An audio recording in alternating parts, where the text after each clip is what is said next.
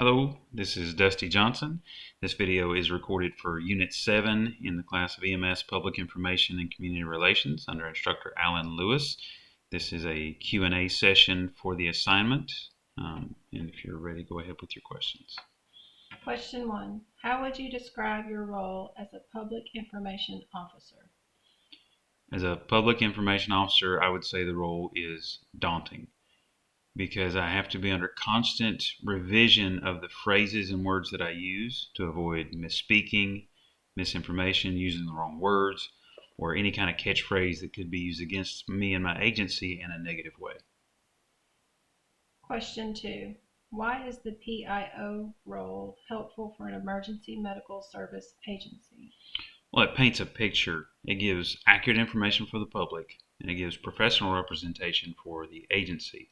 So it builds that relationships needed for the public to work well with EMS and vice versa.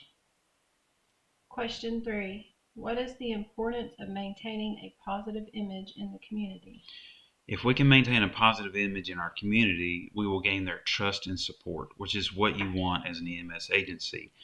Because if you're providing care to patients and you're going into their homes and their communities trying to help them, you want them to be able to trust you so that they cooperate with you and receive the best care that they can. Question 4. How would you describe your policy for handling media requests? So unless it's an emergency situation where we have to call a public interview or a public news briefing, we will do it by appointment. And they have to stick the appointments or we won't agree to the interview.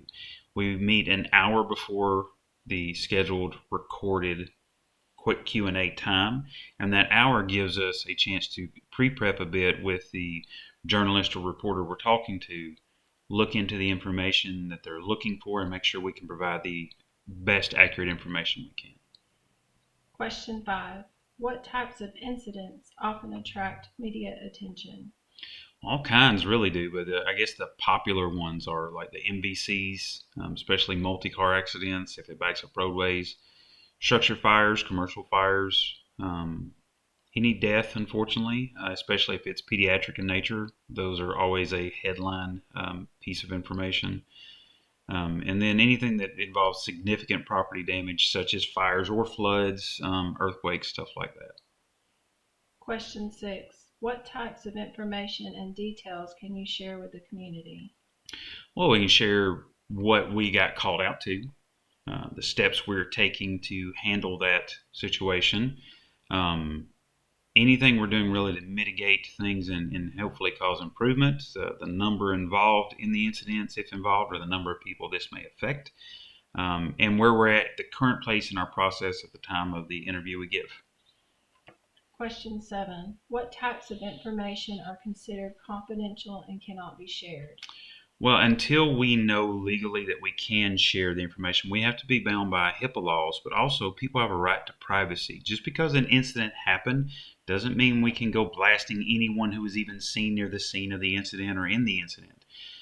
People may not want their information shared, and without that consent, we just can't go giving their personal identifiers such as name, birthday, cause of injury, or disease process, or whatever it may be.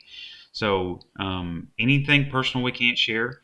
Our suspicions as to what may have been the cause of an incident, we don't want to share that. We only want to give the facts of what we know that caused it. Sometimes I don't know is the only answer you can give, because we don't want to paint bias, a skewed opinion, and get dangerous reactions because of those. Question 8. What recommendations do you have for journalists working with PIOs? Journalists working with PIOs, the big one is avoid political and personal bias. If you're there just to get the facts, please just get the facts. And that's difficult in the world we live in now.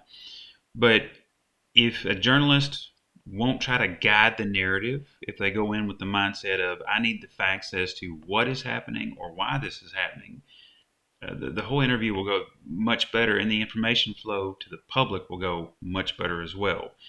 Don't paint someone as a villain or seek out someone to paint as a villain just to get your ratings up. It creates a chaotic mess of the whole thing, not just for the agencies involved, but for the public who's wanting to trust those agencies to provide their care.